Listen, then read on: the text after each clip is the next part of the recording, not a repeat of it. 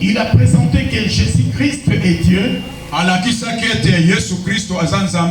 Il a parlé sur le Saint-Esprit. C'est quelqu'un qui a écrit beaucoup de choses. Cela ne signifie pas qu'il est supérieur par rapport à d'autres prophètes.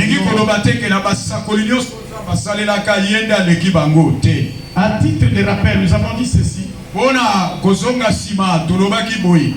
Christ viendra sur la terre. Et ça a dit, il n'aura ni beauté.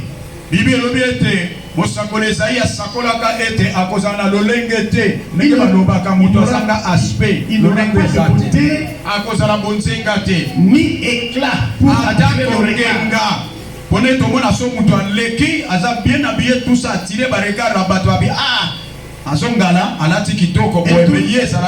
Et tout le monde regarde la personne qui passe. Mais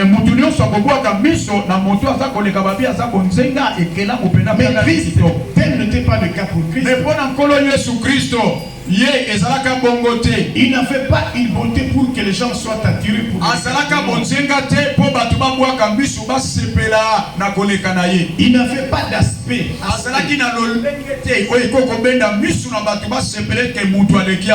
Et la Bible dit mépriser et abandonner.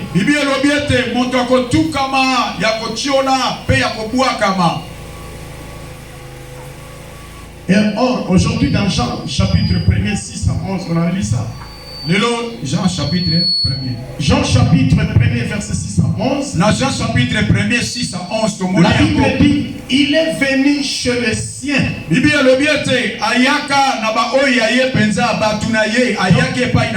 Donc les Juifs. Mais ils n'ont pas voulu les recevoir. Il est injurié, critiqué. On l'appelait enfant illégitime par exemple. Et qu'il travaille avec la puissance de Belzéboul.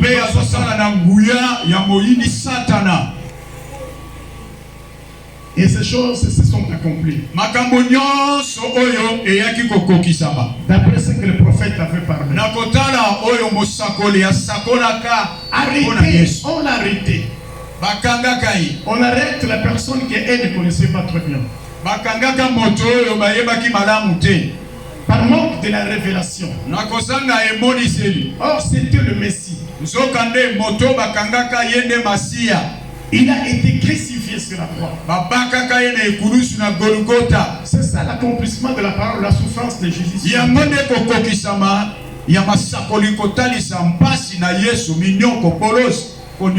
C'est pourquoi nous avons dit la foi derrière cœur. Tu peux être chrétien.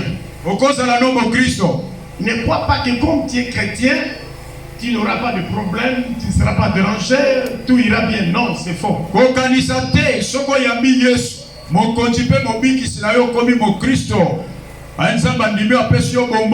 La vie éternelle et que ma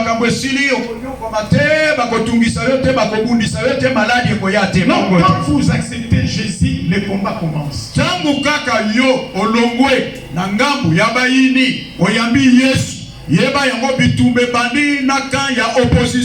Si Christ a souffert en ces temps, nous allons vivre cela sur la terre. Cela ne signifie pas que je dois abandonner parce que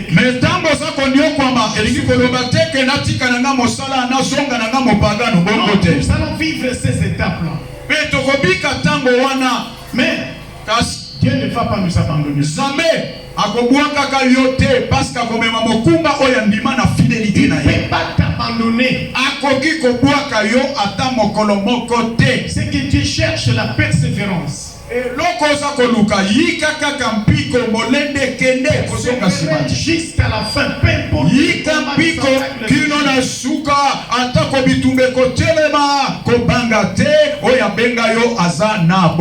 et dans ce cas, tu seras couronné. Nous ne sommes pas les seuls à souffrir sur la terre.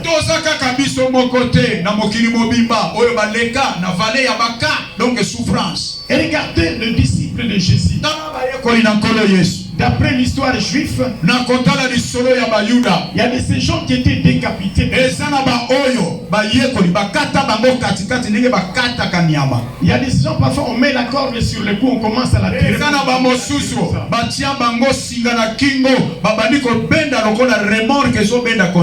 Et ils ont accepté. Et d'ailleurs, du temps des apôtres, ils ont passé le temps qu'on appelle la tribulation.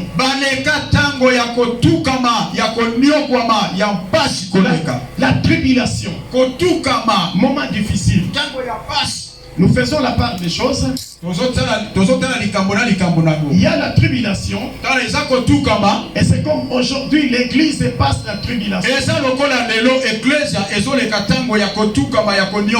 Et il y aura la grande tribulation. Et là, dans ce cas, l'église sera déjà partie. Et pour ceux qui sont restés, qui vont rester sur la terre,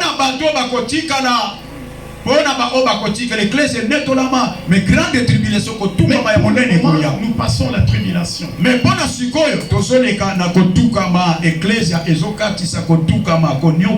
On va vous injurier. On va vous critiquer. On peut vous priver de certaines bénédictions.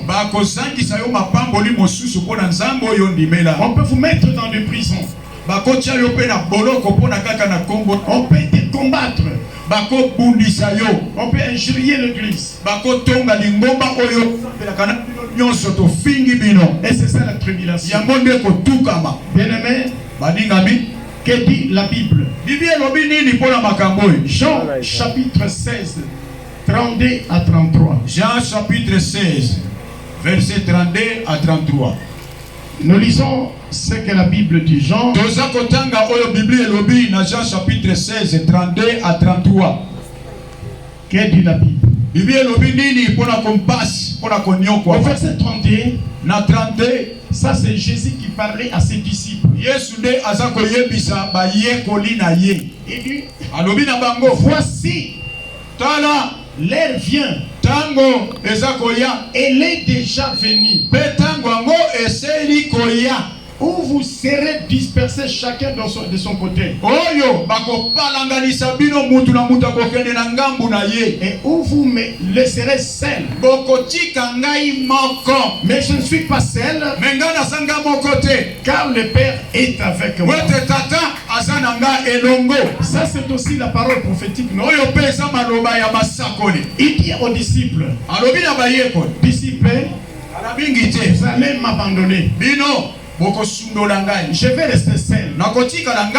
Mais moi je sais que je ne serai pas seul. Je suis avec le Père. Bien aimé, ici c'était le problème de l'arrestation de Jésus. Quand ils sont venus l'arrêter, tout le monde a fui.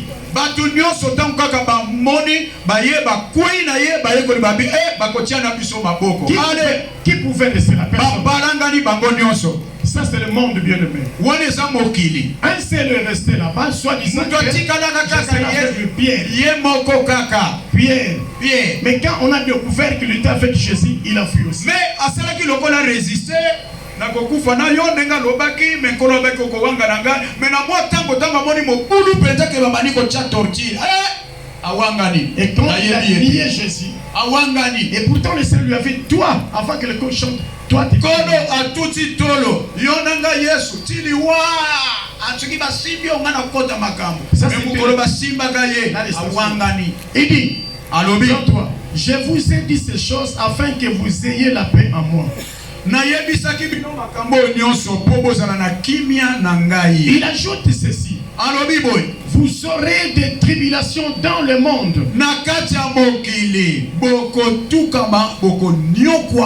C'est ça, la tribulation.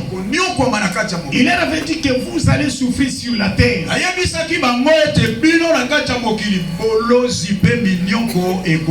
On vous mettra en prison. On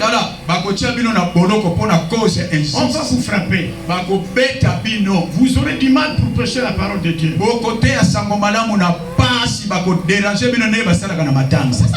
C'est la tribulation. Wana nyo sole ko tukama. Il nous a fait voir que nous aussi nous avons la part de alakisa ki biso ete biso pe mwanda ya pasi wana oya yokaki tokokota na nzela ya. C'est pourquoi enlever cette idée dans ta tête. Yango longola makanisi na moto na yo Comme je suis chrétien, ndenge na sa mo Kristo une souffrance ne peut pas arriver. donc nga na kobela te na kozanga te Je peux makambo pas nyonso manquer. eza ya malamu Tout na sera kozanga toujours te bien. makambo nyonso ekozala malamu Non, te sozo kanisa bongo cela tika peut arriver. makambo ekoko ya Mais ce n'est pas pour que tu puisses échouer. Non. mais Ce n'est pas pour que tu puisses échouer. mais ça te ke boyoka ke maozonga sima te Que tu puisses mourir, non. e makambo yango ekomema yo na liwa te Même si c'est arrivé, mais ata makambo yango eye le Seigneur, mokonzi Jésus-Christ, Yesu Kristo prendra toujours contrôle de toi. akobanda kotala likambo yango na musika pe na pembeni ndenge ozonioka Même banzamba si azotala cette souffrance est arrivée, atako mpasi yango eyaki il prendra contrôle. ye nkolo akotala makambo wana ye moko Il prendra contrôle de toi. akotala makambo wana Et il dit ceci. mpe alobi boye Mais prenez courage, kasi boyika mpiko car j'ai vaincu le monde. po ete ngai nasili kolonga mokili. Il a voulu dire, alingaki aloba la victoire m'appartient, j'ai la victoire. elonga eza likambo na ngai ngai nde mokonzi ya Même elonga s'il y aura des tribulations sur la terre, atako bakoniokola bino na kati ya mokili vous avez la victoire. me bino boza na kati ya elonga Et nous ne cherchons pas la victoire, biso tolukaka lisusu elonga te mais nous sommes dans la victoire au biso nom de Jésus. toza na kati ya elonga tolalaka nango totambulaka nango toza nango partout. Il suffit seulement de dire, Seigneur, que ta victoire se manifeste dans eza kaka likambo C'est la ya koyebisa nkolo elonga emonisama ekozala manifeste. Et nous comprenons par ici que le Seigneur a montré qu'il y aura la souffrance aussi pour nous. awa atalisaki ete ndenge ya nyokomaka bino mpe bokoleka na nzela Des tribulations que l'Église kotukama eklesia ekoleka na nzela ya kotukama. Bien-aimé, quand la Bible dit dans Matthieu chapitre 10, verset 22, Matthieu chapitre 10 verset 22 verset 22, verset 22 la Bible dit, bibi elobi ça ce sont les signes du temps de la fin. oyo eza bilembo kotalisa ntango ya suka. Le signe du temps de la fin. bilembo oyo eza kotalisa ntango ya suka. Nous lisons quand même Matthieu tokotanga yango au chapitre 10. Chapitre 10. Matthieu chapitre 10. On peut lire. Je lis à partir du verset 21 au verset 23. tobandi kotanga 21 tina 23. C'est pour vous montrer que la souffrance peut arriver sur la terre. mpona koyebisa yo ke nkoko to mikakatano Parce que tu ekokomela te moto na poses kati ya parfois des questions. Ah, moi je donne la dîme, les offrandes, je fais tout à l'église. Comment cette situation m'est arrivée? Pourquoi c'est là? ntango mosusu omitunaka mituna obandi journée mobimba ya koreflechir obendi makanisi moko na zomi mbongo ya loyer mbongo ya kocontribue mpona construction mbongo ya boye nasungaka bato nasalaka boye siko makambo ekomelinga nzambo ozomona to ozomona te. Non, bien-aimé, te c'est Dieu qui connaît. nzambe ayebi oyo oyebi te ye mutu Il ayebi permet certaines choses dans notre vie. atikaka makambo mosusu mpo ayebi wapi azomema yo Parfois pour t'amener à la prière. ntango mosusu mpo amema yo obakisa losambo ya Parfois mozindo pour que tu puisses revenir sur le bon chemin. ntango mosusu ezali mpo zonga pena na nzela oyo elongo bani Parfois c'est pour éclater sa gloire sur ntango mosusu alingi alekisa yo mpo na suka asopa nkembo likolo na yo.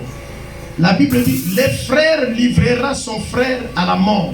balobi ndeko bandeko bakokaba bandeko na bango na liwa trahison bakosula akufa na ye. Vous êtes dans la même maison, boza na kati ya ndako moko mais ton frère va te trahir. ndeko na yo moko ateki yo okufa okota boloko. Ton frère cherchera à te sacrifier pour avoir de l'argent. ndeko na yo akepenza epai ya soloka akepende pa marabu condition fo pesa moto apointe apesi na photo bon na ilamba tango azwaki yango yo yebaki te transféré Et il te sacrifie. donc pour bazwa yo mobimba. Ta maman peut te sacrifier.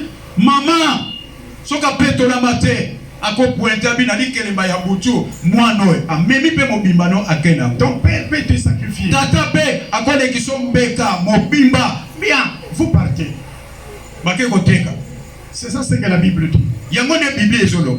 Parce que dans le monde des esprits, il n'y a pas la notion de pardon. Non. Parce que na bokonza molili ya bato soloka o tata na bango sata na bato nyonso ya linie na ye pardon bayebi pardon. Il n'y a pas la notion de l'amour. Bolingo bayebi bolingo te. S'il faut sacrifier, il sacrifie. Donc soki kaka oyaki na moto pa mawate pona tata, mawate pona mwana, mawate pona kingandi. Lui ne voit que ses intérêts. Ye azotala kaka ke lobi azwa mbongo na makila na yo. C'est pourquoi ne soyez pas distrait par tout. Yango contenir makambo nyonso monde a ténèbres bateka kabatu yo senzela kolala te kokota masolo te kozala lokola mutozo la pongite lamuka. Même le chef de votre entreprise, le directeur avec qui vous travaillez, baminele o libanais, o juif, o azamuto grec, pakistanais kingan, ensemble batu nyonso wana. So ikaka sana monde à ténèbres, a teka ba travailleurs o yasala kana bango sacrifice. Il y a une société dans la ville de Kinshasa. Et ça la société moko en la kata Kinshasa. Lorsque vous faites un accident, so que likama ya mutu ke salami o babenga accident et que personne est mort, so que mutu akufite mais accident grave, vous êtes révoqué. Yo chauffeur, mutu salisi accident wana, hein? Longo dio révocation donc longo dio babenga no lima. S'ils apprennent qu'il y a eu des morts, ils sont très contents. Soki ezana batu bakufi ata bakanga ki na basoda bakeno na prison. Na ba prime ezolando na prison. Vous mona mutu akoti prison ba landise ba prime. Et les enfants se soulèveront contre leurs parents. Bana bakotelemela baboti na bango. Aujourd'hui, il y a des enfants qui ne respectent pas leurs parents. Lelo oyo ezana bana soka bani ko yebisa mama to papa na ye soko tuni ba voisin o wana passager o te tata na mama na ye o ya solo bana mwana na. On n'a même pas le temps de parler parce que l'enfant parle beaucoup par rapport à lui. Alekela bango parce que na yebite sur to benga mo domination ce que l'on connaît ni mwana o lekela ba parents soka solo baba bazoka. Les parents parfois tremblotent. Ayina ba boti yango mwana obino bobota bonio komeli bonela. Le décide. Mon frère, ma soeur, je te supplie de ne pas le faire. Parce que la Bible dit, enfants, obéissez à vos parents. Et cela est lié à une promesse. Laquelle? Quelle est la promesse? Et que pour que vous puissiez vivre longtemps sur la terre.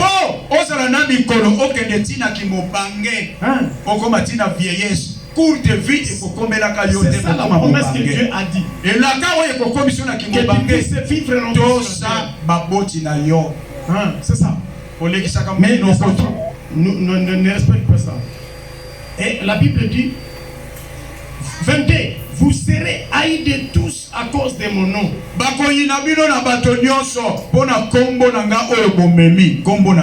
C'est ça la tribulation. Comme tu portes le nom de Jésus, vous êtes haïs dans la famille, dans le quartier.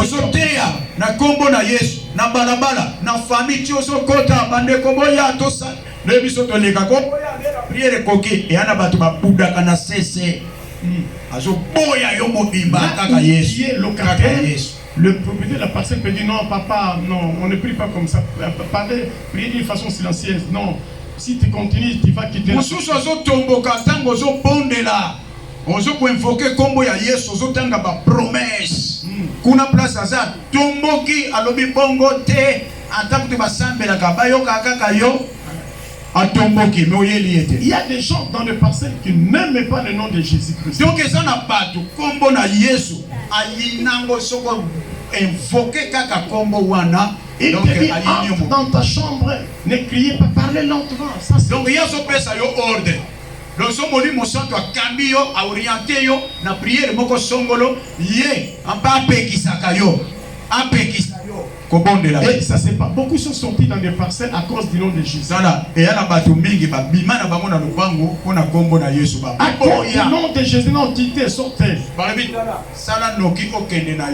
Et tu ne peux pas travailler ici. Vas-y, tu exagères avec le nom de Jésus. C'est pourquoi vous serez haïs de tous. On n'a pas dit au nom du pasteur, d'un évangéliste, d'un prophète, mais au nom de Jésus-Christ.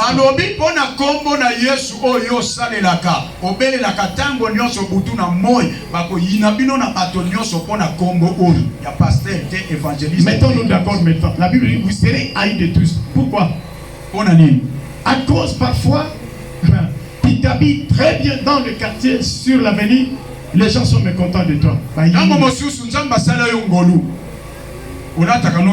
présentable. Et ça quand tu es bien présentable, que la ville ou l'ongoli loko sikate, propriété kabore pas bien. Au bimi boy, vous avez un aspect bien. Vous vendez ça que lamba bien. Ale bango baso tomboka ala kisaka nini. Muswani na bango de votre élévation. Ona tina kaka ya kotombola manayo, ba grade na yo. Vous êtes haïs. Alors tu faut pas ko yina yo ala kisaka nini. Bien aimé, à cause de votre façon de vivre dans la maison. Lolenge na bino kobika na kata lopango boza na bino ya mingi te mais boza organiser oneka mutu azosu yango ebele ale batomboke libino. Vous êtes haïs. Décision balakisaka nini. À cause de quoi? Le poste de travail, là où tu travailles, ces gens sont mécontents de toi. On a tina kaka ya mosala. Yaza na biro na ye. Yo poza na oya yo biro mutu na musala na ye. Mais aulula kaka oya yo pona nini yo zawana mais yo kipaka yete. Parce qu'il y a la facilité d'avoir l'argent. Mécontent. Negen samba sala ka ngolu. Ya kosala grâce na mutu ya lingi. Et que ozoso mbongo. Bati bazo tomboka. Pona nini kaka. Pona nini kaka. Vous serez haïs de tous à cause de quoi? Parce qu'on t'a cherché de temps en temps pour te bouffer. Donc ils ne sont pas arrivés à la hauteur pour te bouffer. Vous êtes haïs. Koina mosusu. Baduki yo butu. Baduki yo na moi. Bakoti bonganga. Bakebi pa nyonso. Baso tuna na monde ténèbres. Nani akomona image na yo. Lokola baswa image na yo te na butu. Ti na moi. Basala nyonso. Ba éliminer bakoka te. Na moi nde kanda yak. Ya momoto siko. À cause bon esprit ba muluki ba il y a des enfants qui sont parfois à l'étranger qui vous envoient de l'argent de temps en temps et ils sont mécontents de toi. Bona bana na yo moko bota. Au monde en passe, on y kwamba mutu asalaka te ngolu kwa kanzambe bana bakoli ba voyager par la grâce. Mais maintenant de retour tant ba komo salisa yo.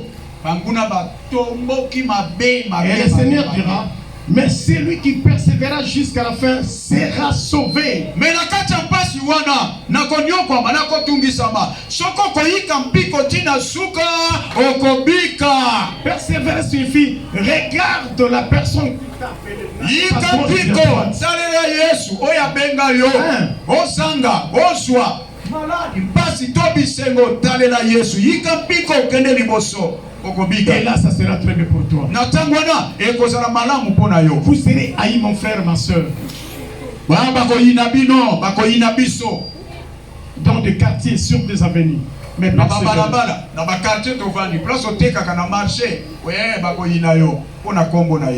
aimé, c'est ça la souffrance de la tribulation. La tribulation, la souffrance, bien aimé. Et c'est pourquoi le Seigneur a dit dans les Actes des Apôtres, chapitre 5.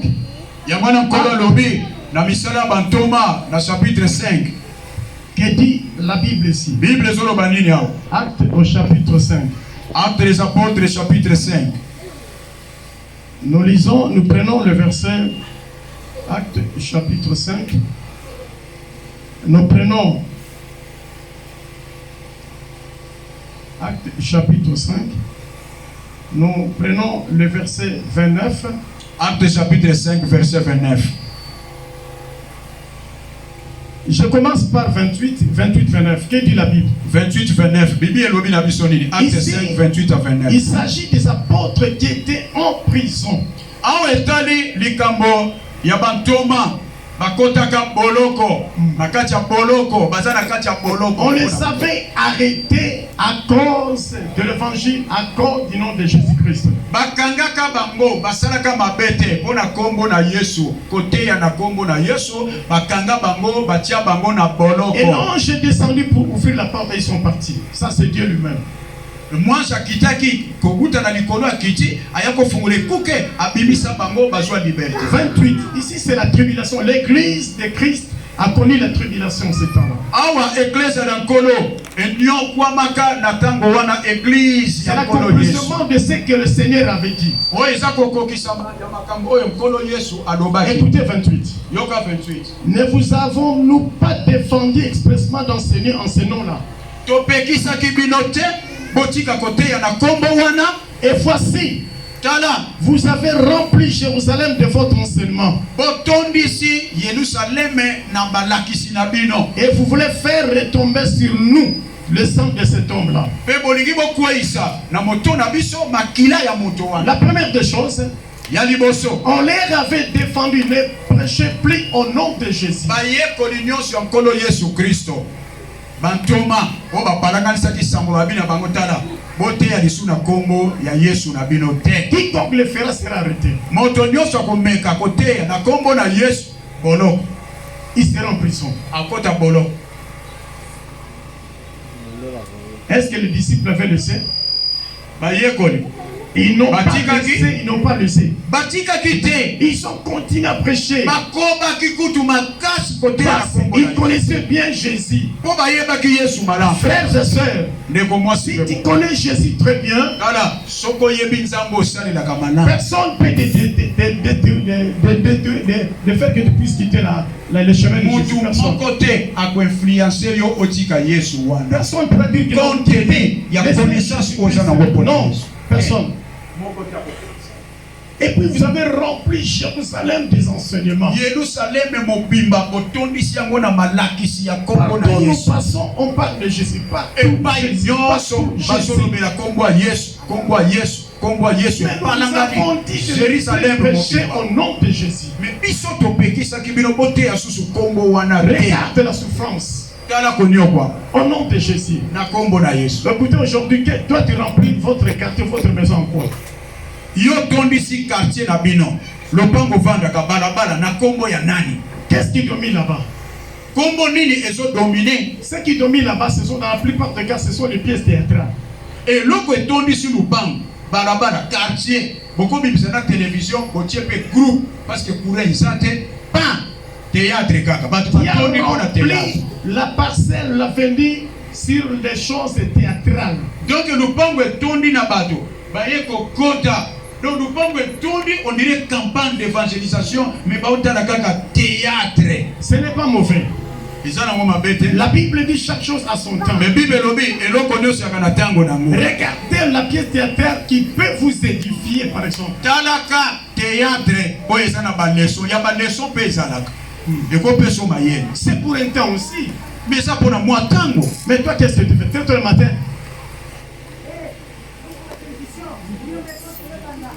Donc yo oyebaka na jour théâtre elekaka na rediffusion ya semaine na okoya na ndako ya bato privé bango bakombola te badamba te tutana nanu théâtre po yo ye na lupango. Et quel est l'intitulé de cette pièce-là qui vous s'empile?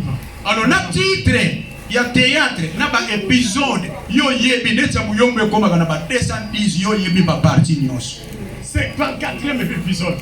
Oyebi ba partie nyonso. Écoutez, qui puisse s'empile pas signifie makambo oyo esala makana na butu. Tokali hein? Qui puisse s'empile makambo ekwera na butu. Ya yo tala. Kibuisa oyo ya muyombo ko sede kibuisa pipa. La Donc aza ko enseigner batu secret ya ténèbres ndenge ba lokaka ndenge ba et liaka. après tu n'auras pas le temps de prier à la maison. Secondaire okoma na ndaku okolota makambo na butu bazo yela yo parce que tala ki makambo molili. Et c'est pourquoi nous disons très souvent que nous sommes combattus. Combat. Parce que tu n'as pas le temps de prier. On a loti mabe bazo bundisa ngai. Osambelite ujota na bokonza molili.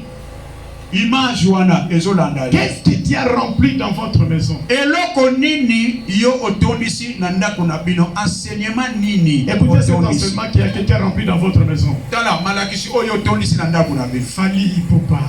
Obandi guerre.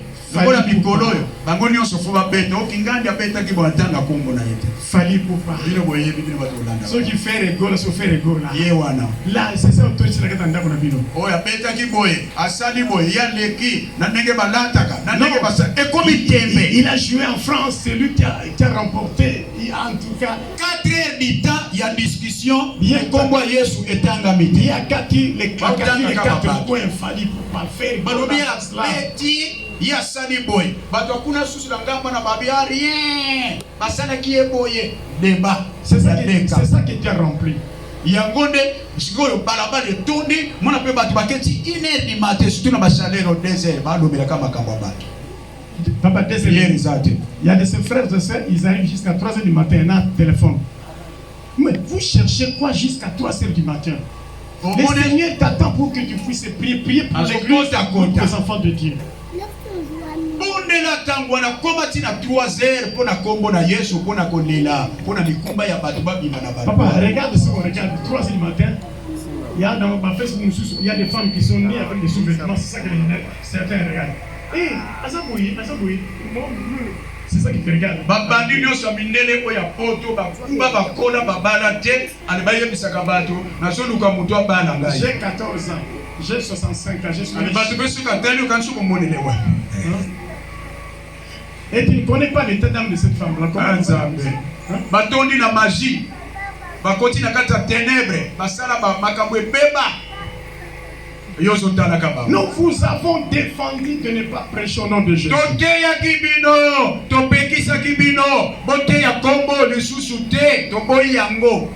et les apôtres répondirent. Il faut obéir à Dieu plutôt qu'aux hommes. Et comment il a eu le courage de le dire, Pierre? Parce qu'il était rempli de l'esprit de Dieu. Il ne pouvait pas le dire. Il dit, nous devons obéir à Dieu, pas à vous.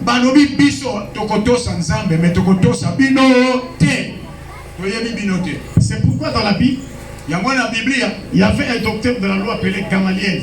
Ezakina motomoko ayekola mibeko docteur Gamaliel ayekola mibeko. Ça c'est le verset 36 au 38.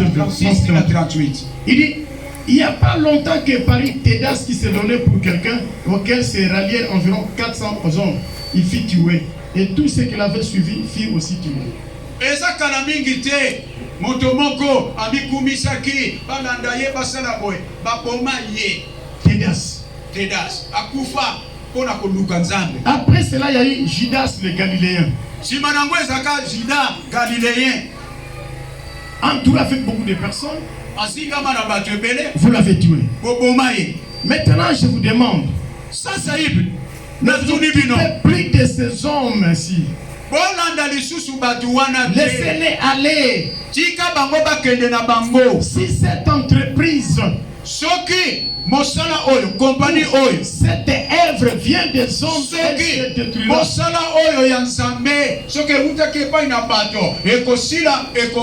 Mais si elle vient de Dieu, vous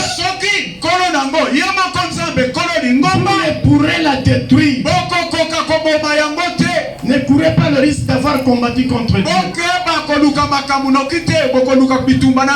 C'est pour te dire, même si tu vois une église quelque part, il y a 3-4 personnes, ne vous mettez pas à critiquer cette église. Même s'il y a 3 personnes, attention. Il se peut que cette œuvre, cette entreprise vient de Dieu. Et tu risqueras de combattre Dieu. Oh, Dieu ne peut pas même quand tu vas dire église, ça fait 10 ans, 15 ans, 20 ans, 10 personnes. Alors, si cette entreprise vient de Dieu, personne ne peut. Et aujourd'hui encore, si toi, Christ est avec toi, et que tu marches bien sur la terre, il n'y a personne qui va te détruire. Il n'y a personne qui va enlever ce que Dieu a mis en toi.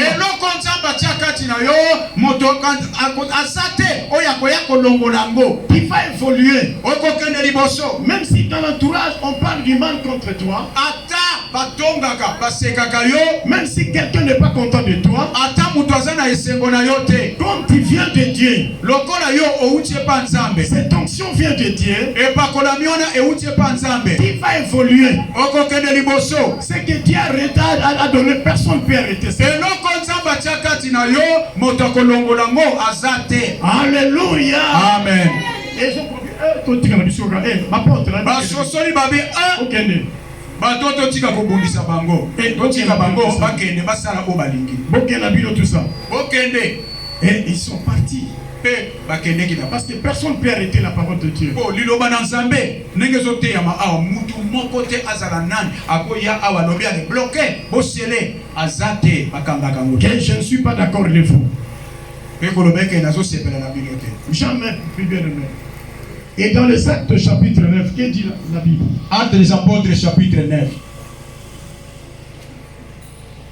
Actes des Apôtres. Chapitre 9. Chapitre 9. 23-25. 23 tina. La Bible dit d'un complot qui a été préparé. Bible zotanisa. Oui, zaraki likita limoko esalamaka. Les complots préparés contre Paul. Oyo ezaki likita basala mpona Paulo. Non, nous devons le tuer parce qu'il était le nôtre. Il est maintenant dans ces cas-là. Non, c'est pas possible. Et c'est lui qui a bousculé la doctrine de Jésus. Comment aujourd'hui il est dans ces camps?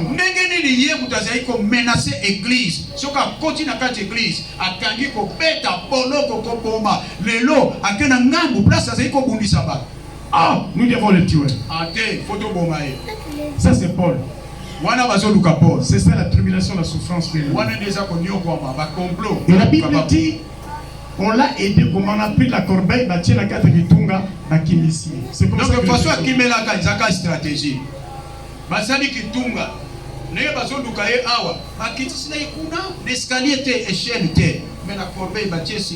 pourquoi le Seigneur a dit, le malheur atteint souvent qui le juste. Alléluia. Mais l'Éternel l'en délivre.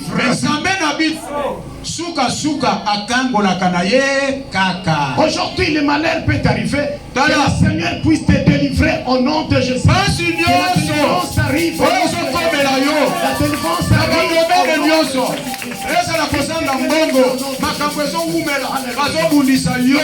Metika Nzambe na biso oyo akangola kaka akangola yo. Amona yo. Bien-aimé.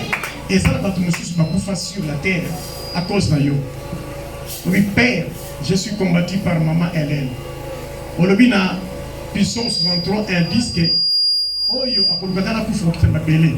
Manzambe tika maman Pauline akena mabele. Akeipe parce que la Bible dit Dieu écoute la parole. Akeipe. Et ça n'a pas de monsieur Bakoufa.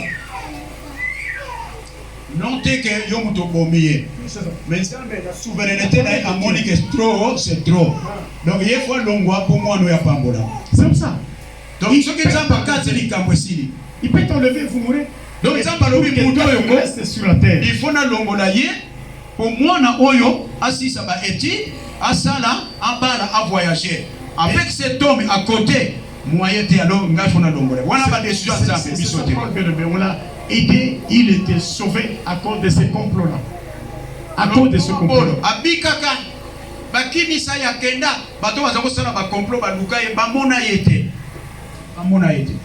Bien-aimé, nous parlons de l'accomplissement de la souffrance de Jésus sur la terre.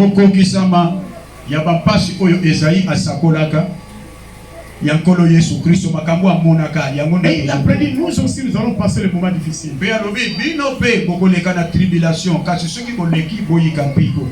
il faut persévérer. N'abandonne pas Jésus. Continue à prier. La solution vient de la Nzambe. Bondelaka, sungaka, yikampiko na makambo nyonso. Parce que qui donne la solution? Parmi nous, il y a des gens qui pensent que c'est un prophète qui donne la solution. Tala, kokanisa na vie na yo. Solution na yo eute pa nanga, o passer maki, passer système, o mosai na Nzambe to ba mpaka na lingomba te. Mutu apesa ka solution azakaka. C'est Dieu qui donne la solution. Nous sommes là à prier pour que Dieu puisse donner quoi la solution.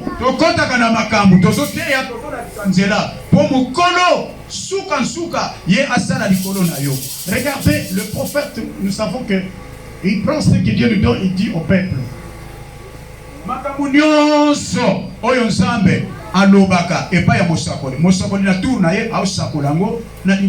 Nous prenons les problèmes des hommes, nous donnons à Dieu. Banganga Nzambe na kati ya sacerdoce tokamataka mokumba na bino. Et tous nous attendons la solution auprès de Jésus. Tomatisi epai na Yesu Masia. Bongo tokosela ye liloba ya suka eute epai na ye. C'est ça que nous attendons de nous. Yango nde tosela. Faites beaucoup d'attention. Kebaka koloba tekana. Le soko yete ngana kobika tete Nzambe. C'est pourquoi bien aimé. Yango balingami. Jérémie chapitre 15, 17 à 25. Jérémie chapitre 15, 17 à 20. Peut-être on va terminer par là. Jérémie 15, 17. Jérémie chapitre 15, verset 17. Ça c'était prophète de Dieu. Il a été prophète de Dieu. On l'appelait prophète de la nation. Un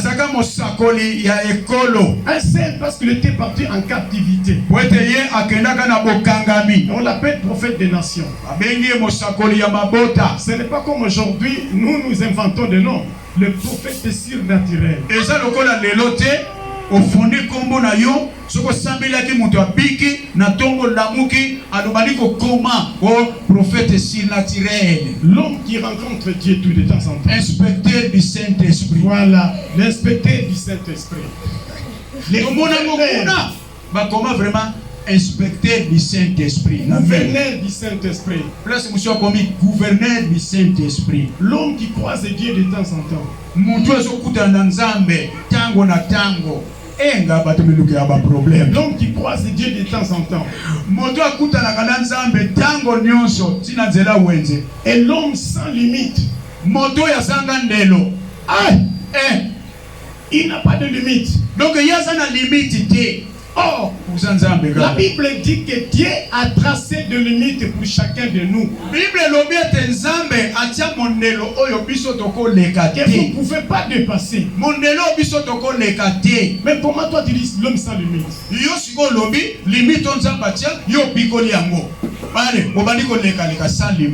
Mais ce sont des gens qui existent sur la terre. Ils attirent le monde aussi. Donc influence inspecteur, ils attirent le monde. Et les gens partent aussi. Et les gens donnent l'argent aussi. Oh, gouverneur. Ils partent, ils donnent l'argent. Ils partent, ils donnent l'argent facilement.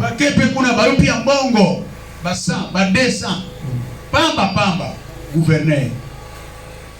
Ils donnent l'argent facilement. Ils font des miracles là, artificiels venant de la part de l'ennemi.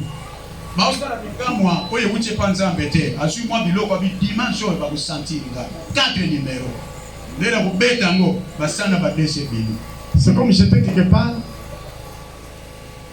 où on a été appelé à prêcher. L'homme de Dieu dit bon. Ah, ici, on a mon yawa. Dieu me dit une puissance qui sera déclenchée ici. Ah, wow, ces gens-ci. Ah, Moutumoka aussi, maman. Ça, tiens, qui biloko ne ayaki na ngoma bakala.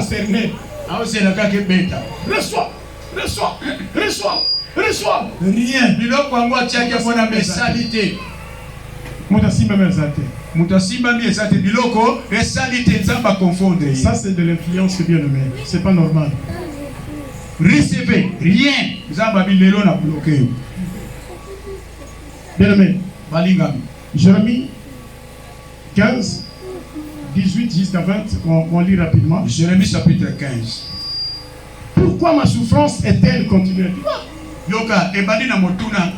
Pona nini konyonko mananga ezokoba kaka esilaka te.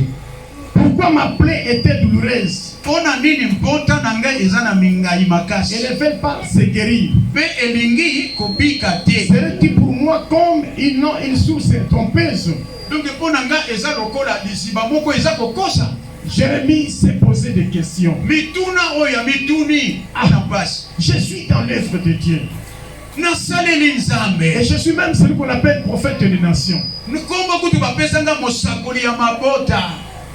Mais comment je souffre? Mais comment je suis en train de souffrir dans l'œuvre de Dieu? La souffrance de Jérémie, ce n'était pas parce qu'il n'était pas marié, non. Non. La souffrance de Jérémie, ce n'est pas parce qu'il manquait à manger, non. Parce qu'il manquait de travail, non. Parce qu'il n'avait pas de frère, non. La souffrance était dans l'œuvre de Dieu. Qu'est-ce qui s'est passé? La Bible dit qu'il était arrêté à tout moment. Tango na tango bazalaki toujours kokanga esprit arrestation ce kaka moindre point bakangi. S'il prophétise ainsi dit l'Éternel, Jérusalem sera frappé par Dieu. Ayena kacha mboka asakoli kaka boye elobi yawe parce que yana mboka basangeli na batu nyonso. Pourquoi tu prophétises comme ça? Bona nini usakola kaka mabe? Toi tu ne prophétises pas le bien toujours. Yo kako sakola kabola mute kaka mabe Jérémie. Partout il arrive, s'il prophétise, les gens sont mécontents de lui.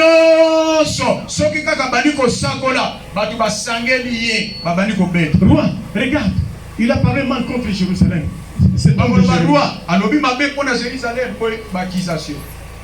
C'était ça la souffrance de Jérusalem.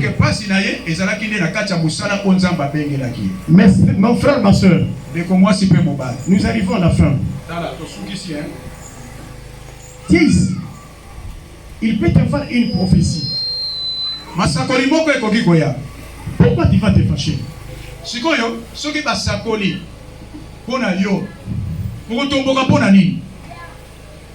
Tu te fâches parce qu'à cause de la prophétie. Pourquoi? La prophétie ne vient pas de la personne. C'est l'Éternel qui donne la parole.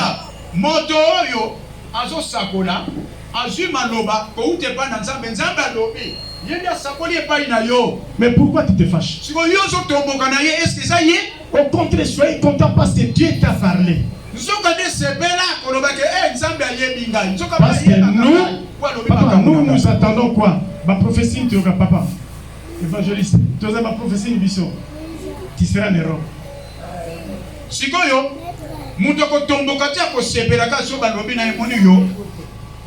Moni yo kingantoko te de Belgique. Soka ya kingantoko, kombo uti kingantoko, mutatomboki pona nini? Non, tu auras un mari bourré d'argent, là tu es très content. Parce que balobi ke moni semaine on. Ba paka ba dollar neko ko ile loko la mvula. Wana bien amen. Amen.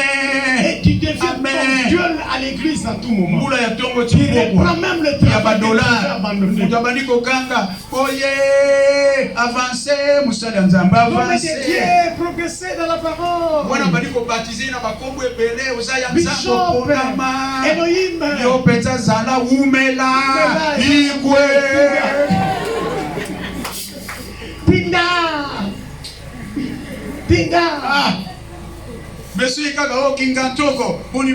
Donc, Jérémie, à cause des prophéties, il était arrivé. Jérémie,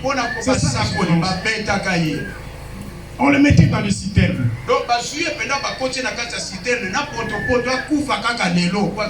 À cause de la chance de Dieu. Non, aimez les prophéties.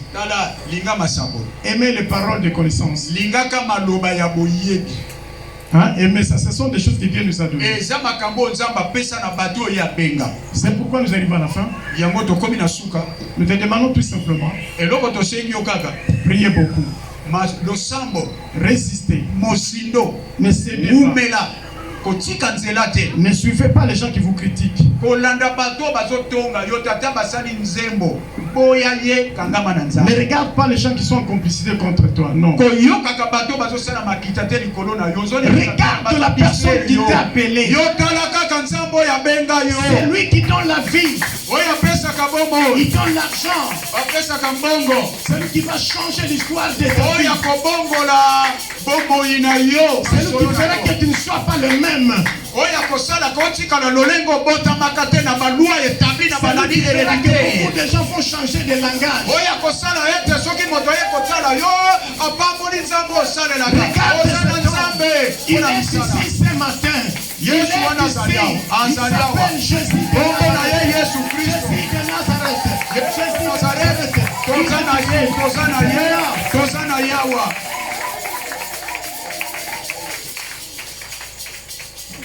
Amen. Amen. C'est ça qu'il faut faire dans ta vie. Mais au contraire, dans Ecclésiaste 7:14, du temps de malheur, réfléchis pas quand tu wapi. Tango zokati sa vale ya baka po ezampasi moi tango vandi omituni pena makambo euti.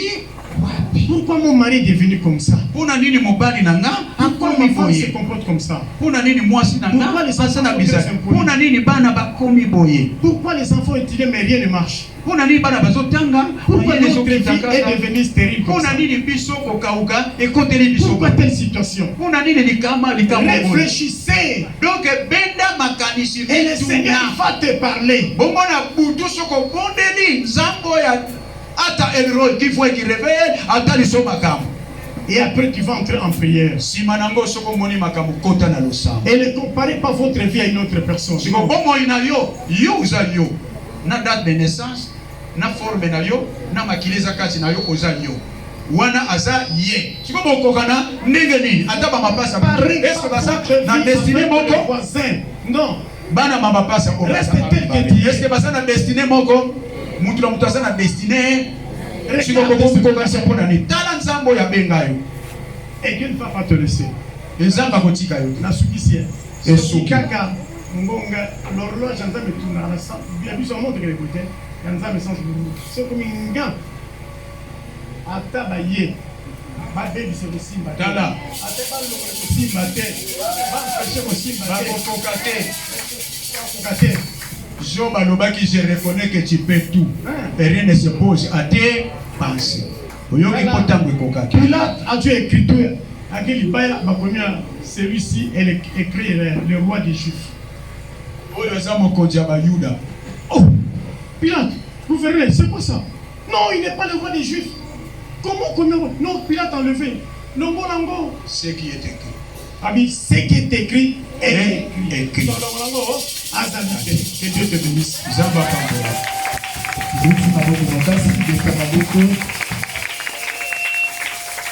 Voilà bien aimé, tout l'a dit, Amen. À commencement, le souffrance de Jésus-Christ est sur la terre. Amen.